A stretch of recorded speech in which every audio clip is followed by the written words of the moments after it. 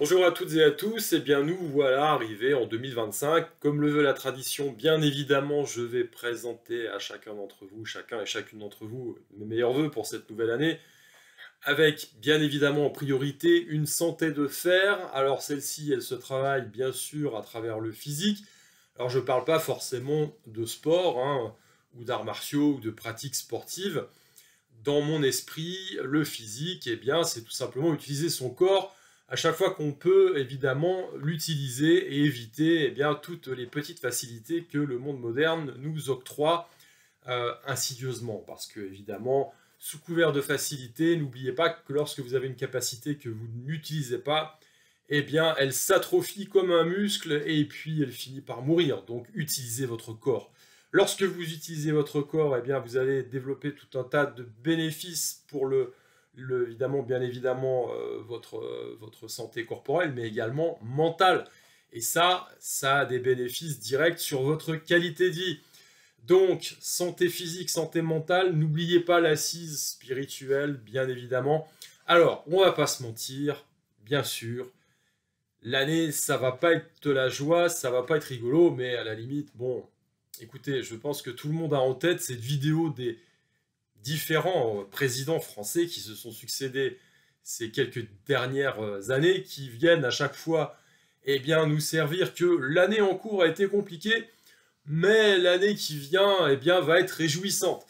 Eh bien non, ça va être la merde, hein. On le sait tous de toute façon, on a effectivement cette sensation que les problèmes principaux de 2024 n'étant pas réglés, il n'y a pas de raison que ça s'arrange comme ça, de façon miraculeuse, hein. Bref, donc non, à vrai dire, alors évidemment, on a eu aux US une petite inflexion avec l'élection de Donald Trump, donc c'est toujours bon, hein. Encore une fois, attention, hein, je suis pas pro-Trump ou pro-Poutine ou pro que sais-je encore. Comme je l'ai déjà signalé plusieurs fois, à partir du moment où on ne fait pas partie du même monde, eh bien, nous, à notre niveau, ce qui nous intéresse, c'est la pluralité. C'est d'avoir des discours différents. C'est d'avoir des oppositions entre les élites, entre les partis politiques, entre les zones économiques, parce que tout simplement, ça nous laisse l'occasion, eh bien, d'arbitrer. Voilà. On a une marge de manœuvre. Alors, bien évidemment, quand tout le monde est d'accord, quand le consensus est évidemment établi, hein, le consensus établi, ça vous rappelle quelque chose, hein, voilà. Tous les scientifiques sont d'accord pour dire que, hein, si on ne croit pas aux bobards qui nous sont servis, on est contre la science. Bref, suivez mon regard, hein, 2020, 2021, bref. Et puis on aurait pu remonter un petit peu dans le temps, hein, ça a toujours été comme ça. Non. Donc effectivement, cette année qui s'ouvre, là, 2025, va être très compliquée. Pourquoi? Parce que si l'on regarde les tendances longues, les tendances lourdes qui sont en œuvre depuis quelques dizaines d'années, bah, il n'y a rien qui change et ça s'empire tout simplement. Alors, moi ce que j'ai envie de vous souhaiter, c'est évidemment, tel le guerrier, de prendre refuge en vous-même. Voilà. Avec, parce que je ne le répète jamais assez, et puis comme je commence à vieillir un peu, je radote, hein, mon triptyque favori, une assise spirituelle, forte, hein. Alors c'est un peu l'objet de mon dernier bouquin, hein, Le guerrier éternel. Si vous avez un problème d'assise spirituelle, allez jeter un œil. Parce que quelque part, même si on n'aime pas la guerre, il faut quand même reconnaître que c'est ce monde, à partir du moment où on vient au monde, on est plongé dans une putain de guerre. Et puis alors, pour certaines personnes, c'est encore pire. Nous, on est en zone occidentale, hein, on a des problèmes, voilà, je veux dire, même la génération boomer a eu des problèmes aussi, hein, et c'est rien comparé à d'autres zones. Bref, donc à partir du moment où on est incarné, on est plongé dans une guerre, voilà. Et la spiritualité, c'est une guerre également. Donc, même si on est non-violent, il vaut mieux être, comme le dit l'adage, un guerrier dans un magnifique et luxuriant jardin qu'un jardinier plongé dans une guerre. Voilà. Alors, cette guerre, elle est bien évidemment spirituelle, mais elle peut être aussi physique, hein. Faut pas l'oublier, donc on n'est pas dans des concepts qui sont un petit peu abstraits. Et évidemment, je fais le lien avec ce qui vous occupe aujourd'hui, cette nouvelle année qui s'ouvre, et puis ces tendances lourdes qui ne font que s'affirmer d'année en année. Pourquoi? Parce que, eh bien, on est en fin de macro-cycle, Alors des cycles, il y en a plusieurs. Il y a des cycles de très longue haleine, hein, de très grande distance. Si on va du côté de l'ésotérisme, on est à la fin d'un cycle de 26 000 ans. Hein. C'est la précession des équinoxes, la fameuse précession des équinoxes.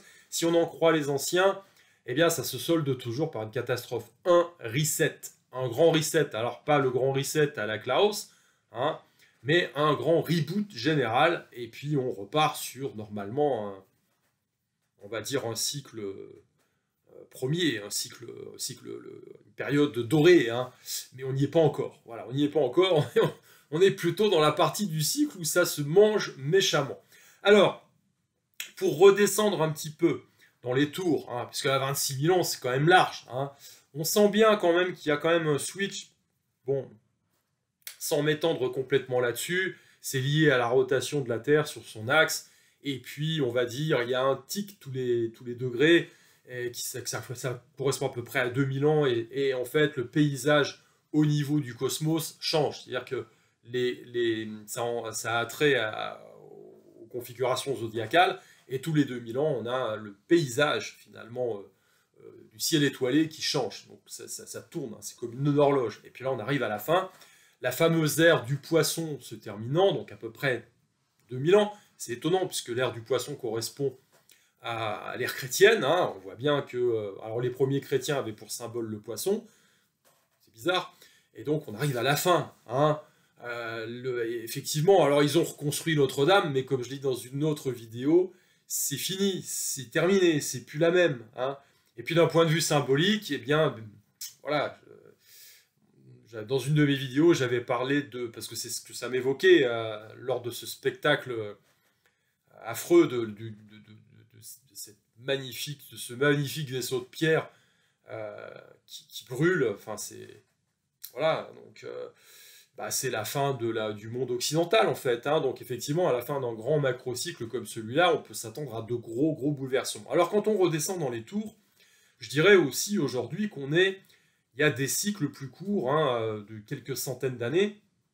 Et à mon sens, on est à la fin d'un cycle important qui a été plus ou moins inauguré avec la période, on va dire, contemporaine. Donc c'est la période qui correspond aux révolutions, dont notre révolution française, hein, et puis qui a évidemment entraîné tous les progrès techniques, les révolutions industrielles, etc. Et donc on arrive un petit peu à la fin de ça. Alors la Révolution française a marqué le début de l'époque contemporaine, hein, en histoire c'est comme ça, époque contemporaine qui a débuté à la fin de l'époque moderne, qui correspondait à la monarchie. Donc il y a eu la fin de la monarchie en France, et puis l'ouverture de cette nouvelle ère, et aujourd'hui on sent qu'on arrive quand même un petit peu au bout. Pourquoi? Parce que, comme l'évoquaient les hindous dans leur fameux Kali Yuga, tout est à l'envers. Les gens enfin, les administrateurs, les kshatriyas, les guerriers, ceux qui tiennent le pouvoir finalement. Hein, je ne parle pas du guerrier traditionnel, hein, mais ils sont tous corrompus, et puis la société elle part en vrille. Alors je ne fais pas un dessin. Si vous regardez un petit peu les actualités un peu partout, les gens pètent un plomb. Alors c'est un peu normal, hein, quand même, parce qu'on a quand même la période du Coco Circus, qui a quand même laissé des traces. Alors laissé des traces au niveau économique, mais aussi au niveau de la santé mentale des gens, bien évidemment. Puis comme on est en fin de cycle, tout ça bouillonne, tout ça va pas forcément dans le bon sens.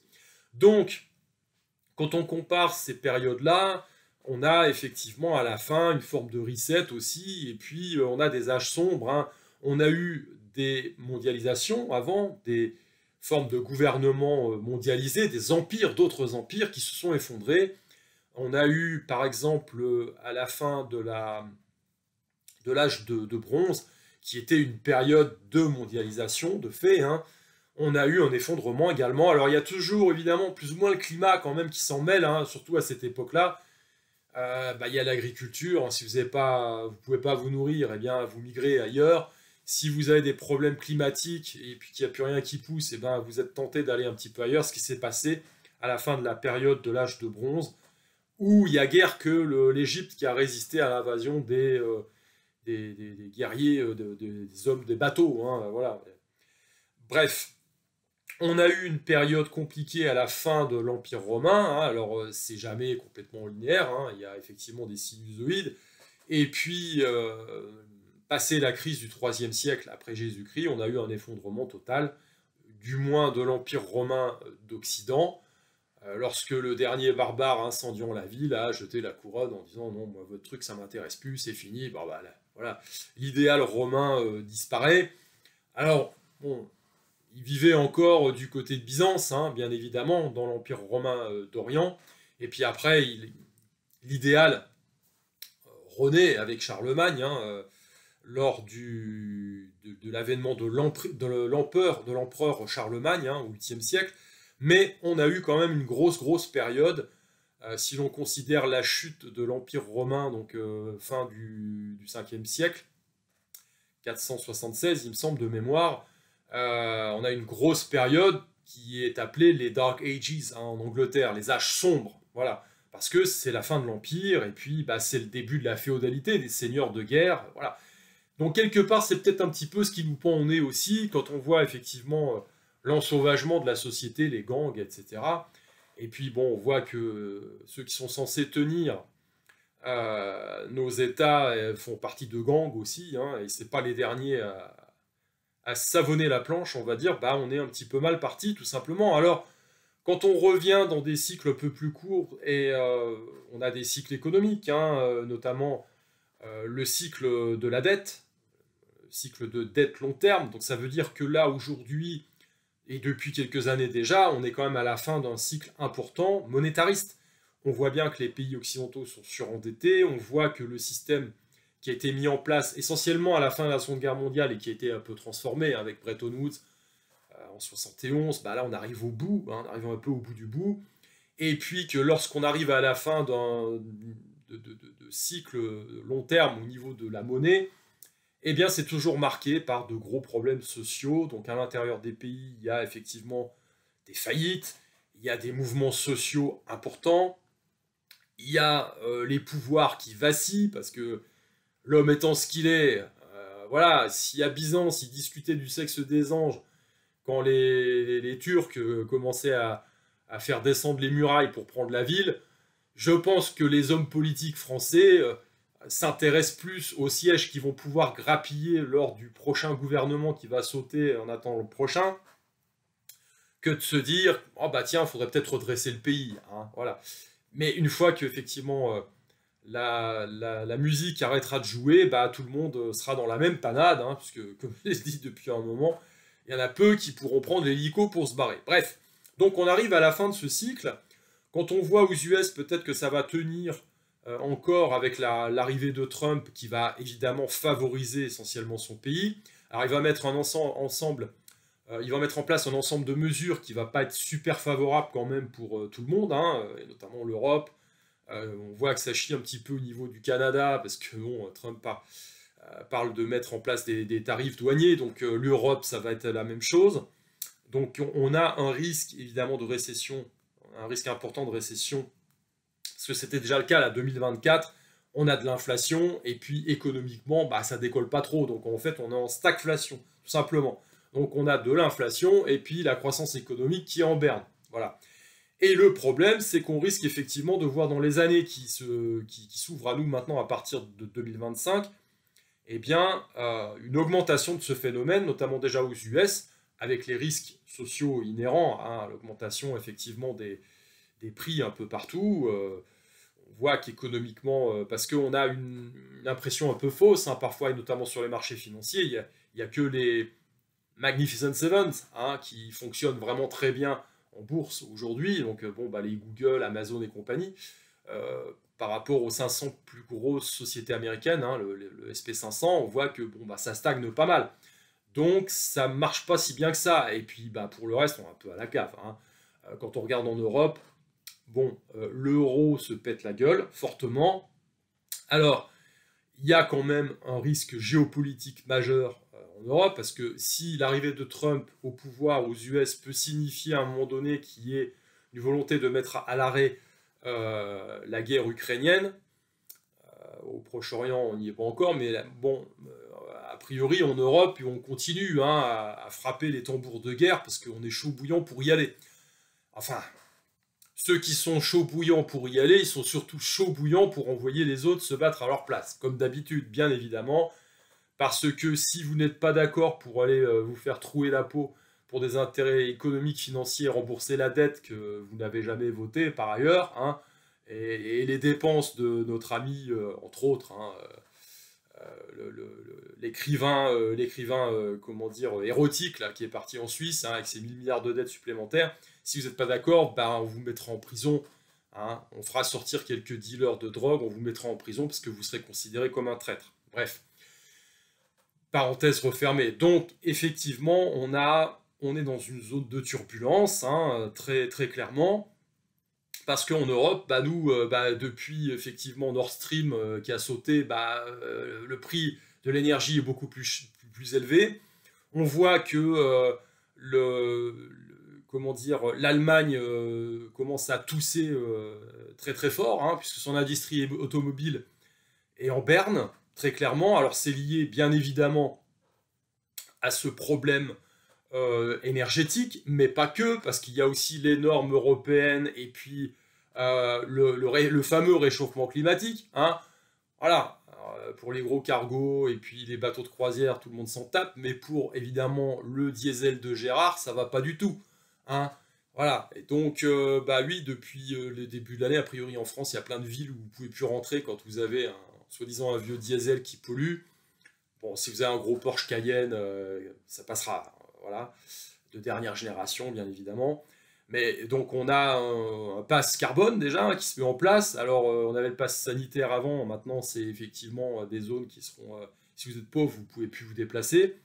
Bientôt, ça sera le crédit social. Hein, parce que ne nous y trompons pas, quand on est dans des périodes de fin de cycle comme celle-ci, au niveau monétariste notamment, une fin comment dire, de cycle de dette long terme, on a de gros mouvements à l'intérieur des pays, parce qu'il y a des mécontentements, il y a des dissensions entre les acteurs économiques, et puis on a des problèmes à l'extérieur. Alors souvent, les roulements de tambour de la guerre, c'est aussi un moyen de fédérer les troupes, d'occuper tout le monde, et puis de mettre un beau couvercle pour ne pas regarder les problèmes intérieurs. Hein.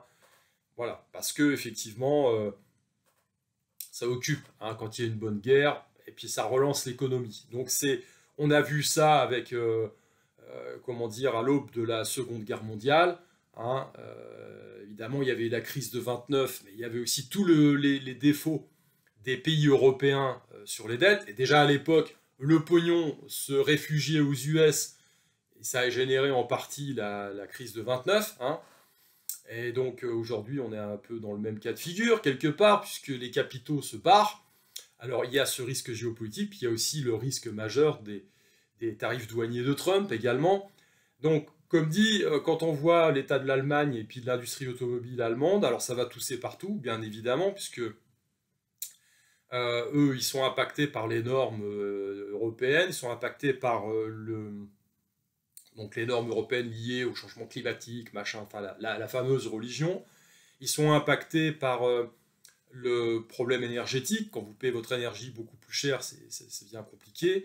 Donc on voit qu'économiquement, ça coince.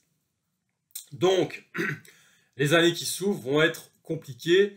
On risque effectivement en zone européenne d'avoir non pas une récession, mais une saloperie de dépression, ce qui est quand même pas tout à fait la même chose. Hein. Voilà, avec donc vraiment un effondrement, on va dire, de la croissance économique et de plusieurs secteurs de l'économie dans nos pays occidentaux et notamment en zone européenne, avec en parallèle, bien évidemment, une reprise de l'inflation. Je ne vois pas comment ça pourrait en être autrement, avec des tarifs douaniers, le prix de l'énergie qui... Voilà, parce qu'on ne produit toujours pas comme il faudrait, ça va être compliqué. Et donc, en général, on a un chaos qui s'installe, et puis derrière, on a des solutions. Alors évidemment, réclamées par tout le bétail, bien sûr. Hein. Ils réclament ça à qui? Aux gens qui ont créé le chaos, comme d'habitude. Et donc, ces solutions vont être apportées sur une table, et à horizon, à mon avis, 2-3 ans, puisque là, en 2025, donc ils s'en parlent déjà au niveau européen, 2027, hein, il me semble, 2027-2028, il y aura sur la table, évidemment, les fameuses monnaie numérique de banque centrale, hein, la CBDC avec l'identité numérique, le crédit social, la totale, et puis, et bien évidemment, l'enfer technocratique communiste 2.0 qui nous sera livré en cadeau avec le package. Donc c'est quand même pas très réjouissant. Alors ça correspond à une fin de cycle. Alors on peut encore en rajouter d'autres, hein, mais voilà.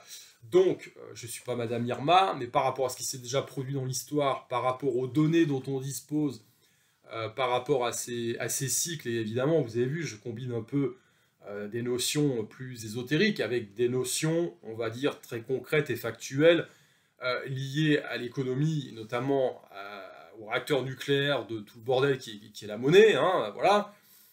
Bah, force est de constater qu'on est quand même un petit peu mal, parce que tout ça coïncide plus ou moins. Hein. Mais si on en reste juste là, eh bien ça va être compliqué. Maintenant, l'humain étant ce qu'il est, forcément, ça va pas fonctionner. Ça va pas fonctionner, donc à mon sens, on aura une partie qui va être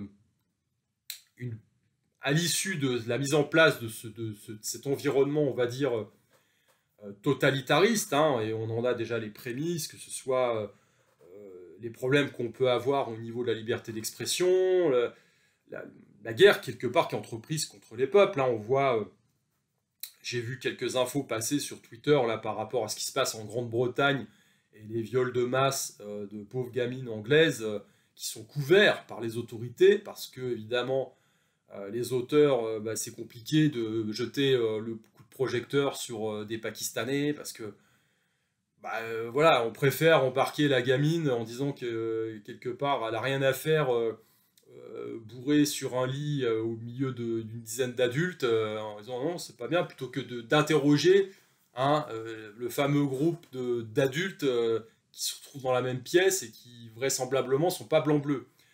Donc voilà, on en est là, et on a vu dernièrement comment ça s'est passé avec les émeutes. Bah, on va mettre dehors des dealers pour faire entrer des mecs qui ont tweeté un truc ou sur Facebook. Donc c'est compliqué. Bon, alors tout ça, c'est symptomatique effectivement d'un renversement, bien évidemment, des valeurs, de conflits à l'intérieur des zones, et puis de gens qui n'ont pas l'architecture et la colonne vertébrale morale pour tenir le bousin et puis redresser la barre. Voilà, donc des hommes politiques court-termistes qui ne pensent qu'à leur nombril dans un système, parce que tout n'est pas la faute de ces gens-là. Ils ont hérité finalement d'un système qui, comme toute construction humaine, arrive au bout du cycle et s'effondre parce que, voilà, on a tous une date limite de consommation et qu'à un moment donné, la branche pourrit, voilà, il faut repartir sur du neuf. Donc, c'est pour ça que ça me fait sourire en France quand... je parle de la France parce que je connais bien quand même, hein, j'y ai vécu pendant un bon moment. On est toujours polarisé sur gauche-droite, machin, etc. Mais en fait, vous votez pour un socialiste de gauche, un socialiste de droite, un socialiste d'extrême gauche ou un socialiste d'extrême droite. Elle est là la réalité. Pourquoi? Parce que ces gens-là s'inscrivent dans un système et c'est tout le système qu'il faudrait changer. Mais c'est compliqué. Ça suppose des réformes drastiques. Personne n'a envie de le faire. On voit bien que nos pays sont surendettés. Mais ça continue, il y a quand même du pognon pour des guerres et des trucs, enfin voilà, et il n'y a pas d'argent pour le reste, enfin, sous la gueule du monde, quoi, voilà, chacun essaye de maintenir le consensus parce que il en tire des marrons du feu, tout simplement. Mais ce système arrive au bout du bout, ça peut plus fonctionner évidemment comme ça, encore ad vitam. Alors les dates, je ne les ai pas, hein, je ne sais pas moi, hein, tout simplement, je me base par rapport à ce que j'observe, par rapport aux données que j'arrive à récolter, y compris des données officielles. Bon, voilà, je veux dire, cette histoire de guerre à l'extérieur, c'est du réchauffé, on nous a fait le coup 50 000 fois, et puis derrière, on a effectivement la solution aux crises qui arrivera sur un plateau, mais ça sera évidemment une solution qui ne sera pas valorisante pour nous, hein, parce qu'elle ira dans la continuité, une accélération de ce qu'on voit aujourd'hui, qui est un grignotage de nos libertés fondamentales, tout simplement, de la liberté d'entreprendre, de la liberté tout court, et que, à un moment donné, l'humain étant ce qu'il est, voilà, ça sera les derniers soubresauts avant qu'il y ait effectivement une forme de grand reset, mais un véritable reset où on reparte sur quelque chose d'un peu plus lumineux, du moins on l'espère. Alors qu'est-ce qu'on fait dans tout ça? Voilà, je suis pas là pour vous raconter de la chic. Moi, après, comme dit, hein, c'est ce que je ressens, moi. Et moi, j'essaie de me positionner dans tout ce caillon. Donc, Il y a effectivement ce que l'on ne peut pas changer. Ça, c'est pour moi ce que j'appellerais le karma collectif, qui est plus ou moins scellé. Parce qu'on le voit bien, de toute façon, au niveau des populations, on est une somme d'individus. Si chaque individu fonctionnait, entre guillemets, un peu normalement, prenait ses responsabilités, la somme de tout ça ferait qu'on pourrait rectifier le tir. Mais on est quand même un peu cohérent avec nous-mêmes. On voit ce qui s'est produit, notamment dans les dernières années. Il n'y a pas besoin de regarder très très loin. On voit que la majorité suit le mouvement béatement et voilà, n'a pas les capacités, les ressources pour contester ce qui se passe, voire même s'élever à son petit niveau pour protester et mettre en place des solutions alternatives, parfois même limite à la limite de la légalité, mais bon, c'est une question morale intéressante ça. Si la loi vous demande de faire quelque chose et que votre morale vous intime l'ordre, entre guillemets, l'ordre moral de vous opposer, qu'est-ce que vous faites? Il y a des gens qui ont déjà répondu pendant la Seconde Guerre mondiale. Il y en a qui, effectivement, donnaient des familles qui étaient cachées dans des caves, alors que d'autres prenaient sur eux, prenaient le risque, et puis contrevenaient à la loi pour sauver ces gens-là. Donc il n'y a rien qui change, en fait. L'humain ne change pas depuis des milliers d'années, puisqu'on est toujours mu par les mêmes forces, les mêmes pulsions, les mêmes envies, les mêmes démons, et voilà, donc les systèmes se reproduisent, malheureusement. Dans les dernières années qui se sont écoulées, notamment avec le Coco Circus, on a vu, je veux dire, voilà, on a vu qui s'est opposé, on a vu qui s'est couché, et puis, alors après, évidemment, il y en a qui se disent, oh, je suis couché qu'à moitié, parce que c'était pour sauver papy-mamie, pour... oui, enfin bon, à un moment donné, voilà... Il y a un moment donné, on ne peut pas avoir le cul entre deux chaises tout le temps, c'est comme une acrobatie, on sera tous mis au pied du mur, et il faudra sauter, donc soit on fait l'acrobatie, soit on ne la fait pas, mais si on fait à moitié, on est sûr de se briser la nuque, voilà, c'est comme ça. Alors on n'y est peut-être pas encore, mais de toute façon, on est dans une période où on est dans une grande machine à laver finalement, hein. Même si, on va dire factuellement autour de nous, aujourd'hui en zone occidentale, ça se passe encore pas trop mal pour certains, psychologiquement, spirituellement, on voit bien qu'il y a un problème. Voilà, les gens pètent des câbles, sont plus calés, sont plus... Enfin, il y a un problème, quoi. Je veux dire, on le ressent. Hein. Les gens qui sont un peu câblés le ressentent. Donc, comment on fait dans tout ça? Donc, on a l'observation, voilà, le tableau étant posé. Ça, c'est ce qu'on ne peut pas changer. C'est le karma collectif, entre guillemets. Maintenant, à titre individuel, il y a ce qu'on peut changer. La seule façon d'intervenir, c'est de commencer par intervenir sur soi-même. Et si vous voulez, on peut arriver à un moment donné à avoir une masse critique de gens qui travaillent sur eux-mêmes, qui sont conscients, qui recherchent cet équilibre en fait. Hein, c'est pas le bien, le mal, c'est des polarités tout simplement. Et puis se rendre compte que tout ça, c'est les deux faces d'une même médaille. Et arrêter de se polariser pour revenir à des choses plus équilibrées. Donc si on était nombreux à faire ce travail, partir du constat en toute bonne foi, et puis, alors quand on ne sait pas, on reconnaît qu'on ne sait pas, mais enfin quand on voit les tendances lourdes se développer, il faut être lucide. Voilà. Et puis après, il y a ce que vous pouvez changer. Et comme je le dis, vous avez une emprise sur vous-même. Et ça, c'est déjà la première chose, la première pierre à l'édifice qui est super importante, parce que le changement, il commence par vous. Voilà. Comme je le disais tout à l'heure par rapport à mon histoire du guerrier dans son jardin, le but du jeu, il est là. Si chacun reprenait un esprit guerrier traditionnel authentique, on aurait ce sens de l'équilibre, on aurait ce sens de la transcendance qui fait que, eh bien, on arrêterait des fois d'obéir, tout simplement, à des ordres qui sont tout simplement pas éthiques. Hein, voilà. À petit niveau, hein, je parle pas de... On n'est pas dans un film de Rambo, hein, il ne s'agit pas forcément... peut-être pas tout de suite, hein, de prendre un énorme gun qui sort d'un hélicoptère, enfin je sais pas, je connais rien, et puis de dézinguer, enfin bref, vous voyez l'idée. Non, la révolution, elle commence tout de suite, ici et maintenant, hein. Faites 10 pompes, quelques squats, poids de corps, voilà. Commencez à manger correctement, commencez à supprimer la plupart des toxines que l'on trouve partout autour de nous, hein, en commençant par l'alimentation, bien évidemment, et les toxines spirituelles. Il faut éteindre le poste de télé. Voilà, ça c'est... Moi, j'arrive même plus finalement à essayer de capter une émission entre guillemets, d'informations classiques, c'est que de la propagande, en fait. Que ce soit d'un côté ou de l'autre. Donc, en fait, la vérité, elle n'est pas là. La vérité, elle est sur un recentrage sur soi. Un recentrage sur soi, en veillant à ce triptyque et cet équilibre entre ces pôles qui sont le travail sur le physique, la culture physique, l'aspect mental des choses et l'assise spirituelle, parce que de cette façon, on travaille et on s'inscrit dans un cercle vertueux.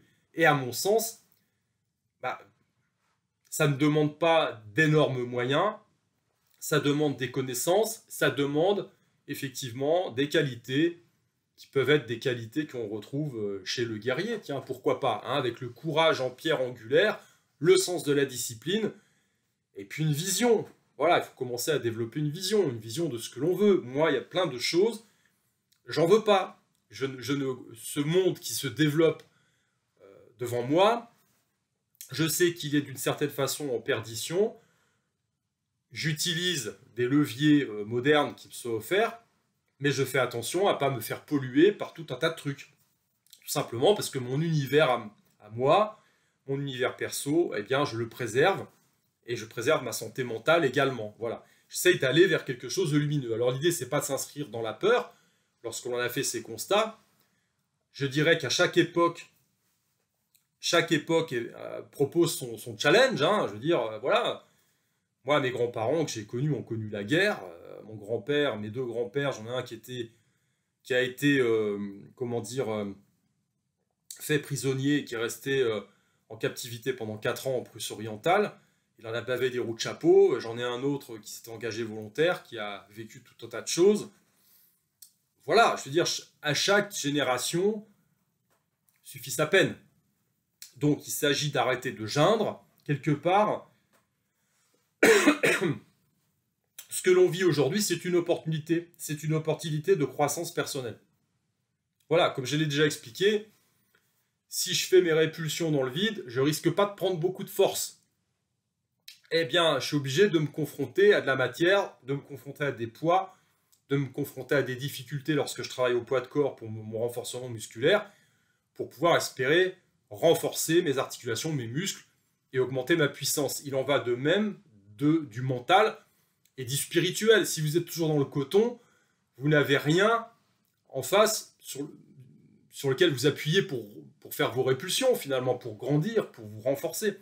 Donc, on vit une période qui, en plus d'être quand même très intéressante, parce que, voilà, c'est une période de dévoilement, hein. Il y a beaucoup de mensonges le voile du mensonge se déchire. Donc, c'est passionnant. Moi qui suis historien de formation, je trouve ça passionnant. Bien évidemment, ça peut être aussi angoissant. Mais maintenant, tout dépend de la perception que vous avez de la chose. Et ça dépend de vous. C'est votre propre perception. Quand vous êtes dans une situation de stress, vous êtes en stress pourquoi? À cause de la situation, mais vous êtes en stress à cause de votre perception de la situation. Elle sera peut-être différente de quelqu'un d'autre. Voilà. Si vous n'avez pas l'habitude de la confrontation physique, par exemple, vous allez être beaucoup plus en stress qu'une personne qui sait que, voilà, ce que c'est que de prendre un coup de poing, d'en donner un, le stress ne sera pas le même. Donc c'est votre perception qui fait la différence. Donc aujourd'hui, effectivement, même si on part d'un constat comme celui-là qui peut être anxiogène, eh bien, quand vous vous dites c'est un challenge qui va me permettre de grandir, de me renforcer, eh bien, ça peut être tout autre. Hein. Ça peut générer chez vous une autre dynamique, une autre force. Voilà.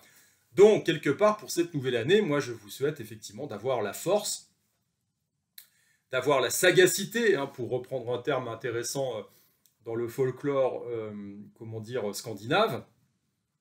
Parce que lorsque l'on parle d'Odin et des fameux berserkers, c'est souvent la sagacité qui ressort, hein, et pas notamment, pas seulement et pas tout le temps la force brute. Donc là, on a la même chose, tout simplement.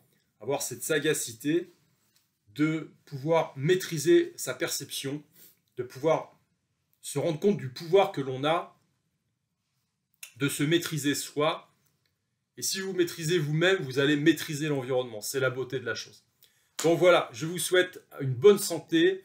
La force, c'est important. La sagacité. Et puis écoutez, de bons moments en famille, bien évidemment, avec les gens qui vous sont proches et que vous aimez. Voilà. Allez, je vous dis à plus.